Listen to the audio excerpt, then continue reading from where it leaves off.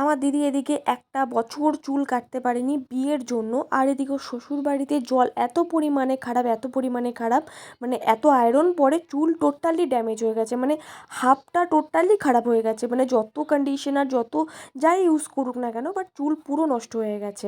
তো এদিকেও আমাকে বলেছে চুল কেটে ছোটো করে দিতে, একদমই ছোটো করে দিতে, কারণ ও সামলাতে পারছে না, এত পরিমাণে চুল উঠছে।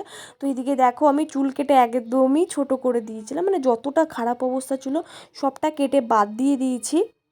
মানে ওদের ওখানে এত পরিমাণে আয়রন পড়ে আমি দেখিনি, সত্যি কথা। ওদের ও আমাকে বলতো বাথরুমে জল টল রাখলে জলের বালতি টালতি সব লাল হয়ে যেত, মানে এরকম পরিমাণে। সেটাও চুলটা দেখে আমি যা বুঝতে পারলাম, কারণ ওকে আমি শ্যাম্পু কন্ডিশনার সবটা দিয়েছি সাজেস্ট করে, কিন্তু তারপরেও ও চুল দেখছি একদম ড্যামেজ হয়ে গেছে। কারণ বিয়ের আগে চুল অনেক ভালো ছিল ওর। ওর চুলগুলো গোড়ার থেকে এক কর মতো ছেড়ে দিয়ে মানে ছিঁড়ে ছিঁড়ে পড়ছে রীতিমতন, তোমরা উপর থেকে দেখলে হালকা পাতলা বুঝতেই পারবে। এবার চুল কাটার পরে ওর বরের জাস্ট রিয়াকশনটা দেখো। তোমার বউকে চিনতে পারছো? মেনকা পাগলির মতো লাগছে, মেনকা পাগলি।